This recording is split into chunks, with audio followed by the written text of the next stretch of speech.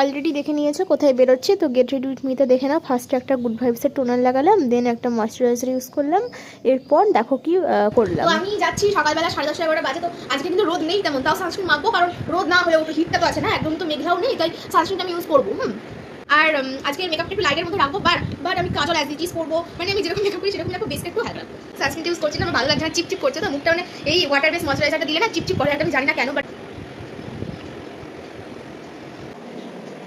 কাজলটা না দিলে আমার মেকআপটা কমপ্লিট লাগে না, তো কাজলটা আর লিপস্টিকটা দিই।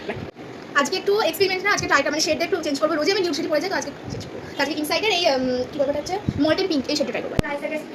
এই লিপস্টিকটা খুব বড় লাগছে না, তো আমার এই নিউড লিপস্টিক করতে করতে এমন একটা অভ্যাস হয়ে গেছে, একটু ডার্ক করলে আমার নিজেকে খুব বাজে লাগছে দেখতে, তো আমি লিপস্টিকটা না রিমুভ করলাম, ওঠেনি ঠিকঠাক, তো এই লিপস্টিকটা আমি এবার আমার নিজেকে ঠিক লাগছে লিপস্টিকটা পরে, কারণ আমার ভালো লাগে। আমি রেডি, আমার একটাই ড্রেস, তো আমার মনে হচ্ছে কানগুলো একদমই ফাঁকা লাগছে, তো কানে কিছু একটা পরি, তো দেখি কি পরা যায়। তো শেষে এই কানেরটাই পরেছিলাম, তো বাই।